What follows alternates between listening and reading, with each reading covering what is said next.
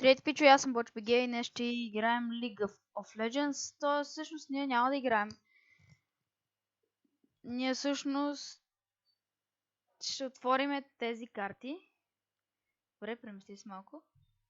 И да, както ви казах, BochBG. BochBG. Нали, както ви казах, няма да играем, ние просто ще отворим тези карти. Сигурно ще има две клипчета, защото ще отворя от този слабия ми акаунт и другия малко по-силен. Не малко.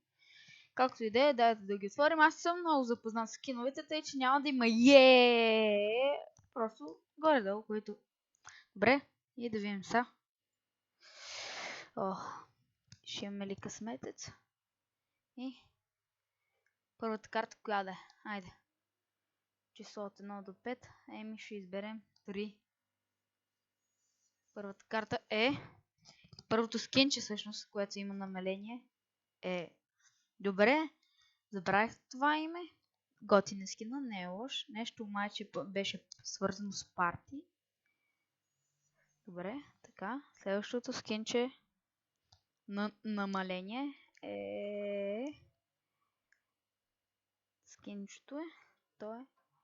Добре. Този е на мен, поне ми харесва.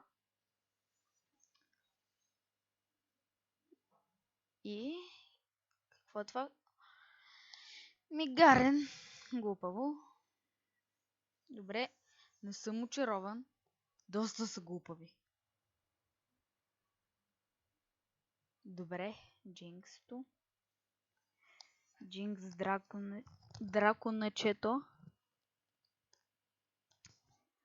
Следващото е Люконг. Не знам, както казах, не съм запознал с скиновете и не знам имената на скиновете. Добре, този с най-много намаление. И сега последния глупав скин. Кой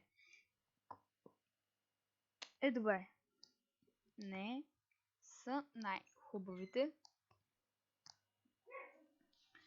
които може да са, но мисля това да е. Довиждане и може би, не е сигурно, че ще има още едно клипче, но не се знае. Добре, до скоро. Довиждане.